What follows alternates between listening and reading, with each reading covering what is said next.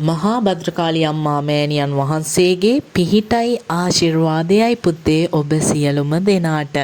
අද කතා කරන්න යන්නේ පුතේ ගොඩක් වරන් දරුවන්ට තියෙනා වූ ගැටලුවක් තමා ඥාති දේවතාවුන් වහන්සේ කතා නොකිරීම. පංචස්කන්ධයට ආරූඪ වෙලා තියෙන්න පුළුවන්, නමුත් කතා කරන්න නැති වෙන්න පුළුවන්.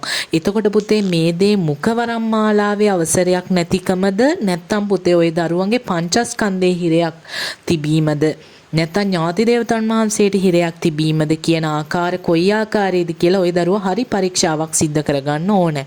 එතකොට පුතේ මුඛවරම් මාලාව කියලා ගත්තාම මුඛවරම් මාලාවක් පුතේ ඝන දේවතාවුන් වහන්සේගෙන් බල වෙලා තමා මේ කතා කිරීමේ වරම් මාලාව ওই දරුවන්ට උදාපත් වෙන්නේ. එතකොට ශාස්ත්‍ර කියන්නේ එහෙමත් නැත්නම් පුතේ කවි වරම් මාලාවට නැත්නම් පේන වරම් මාලාවට ආශිර්වාද වරම් මාලාවට ආශිර්වාද කිරීමට එන්නා වූ මේ ශක්ති මාලාව එහෙම මේ වාගිෂ බලය පුතේ හරි විදිහට තේරුම් අරගෙන මේ දේ පුතේ බලෙන් ලබා ගන්න පුළුවන් දෙයක්වත් නෙමෙයි. ඒ දේ උතුම් වූ අවසරයක් ඇතුව ඝන දේවතාවුන් වහන්සේගේ එන්නා වූ පිහිටන්නා වූ බල ශක්ති මාලාවක්. එතකොට පුතේ මේ දෙයට අවසර ගන්න කියලා එක එක දරුවන්ට තියෙනා වූ ගැටලු කාරණාත් එක්ක එක එක ක්‍රම වර්ග ගොඩක් තියෙනවා.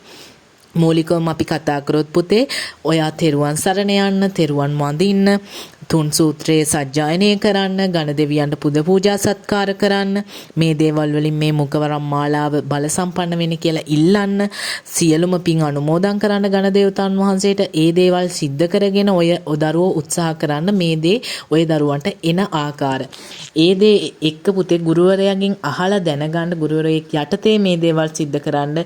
තව මේ දේවල් වලට අමතරව මම පොදුවේ කිව්වේ මේ දේවල් වලට අමතරව ඔය දරුවට කරන්න ඕනේ කොයි ආකාරද කියලා ඔය දරුවන්ගේ තියෙනා වූ ගැටලුව අනුව. එතකොට පුතේ මේ කතා කිරීමේ නොහැකියාව ලැබෙන්න පුළුවන් පුතේ හරි විදිහට මේ දරුවන්ගේ තියෙනා වූ ශක්ති මාලාවට හිරයක්, පංචස්කන්ධයේ හිරයක් ආකාරයකින් වැටිලා තියෙන හින්දාත්, ඥාතියාට හිරයක් බන්ධනයක් වැටිලා තියෙන ආකාර වලින් නිසාත්. ඉතින් පුතේ හරි විදිහට මේ දේවල් බලලා උතුම් වූ ශක්ති මාලාව උදාපත් කරගෙන මුඛවරම් මාලාව උදාපත් කරගෙන හරි ගමන් මාර්ගයක් යන්න. එතකොට පුතේ ඔය දරුවන්ගේ තියෙනා වූ ගැටලුකාරී තත්වයන් විසඳ ගන්න පුළුවන් වෙයි. මේ දේත් හේතු කාරණාවක් වෙයි පුතේ. මේ දේවල් හරි හැටි හඳුනාගෙන ගුරුවරයාත් එක්ක කතා කරලා හරි විසඳුම ලබා ගන්න. එහෙනම් පුතේ නැවත වීඩියෝකින් හම්බෙමු. උතුම් වූ මහා භද්‍රකාලී අම්මා මෑණියන් වහන්සේගේ පිහිටයි ආශිර්වාදයයි ඔබ සියලුම දෙනාට. තෙරුවන් සරණයි.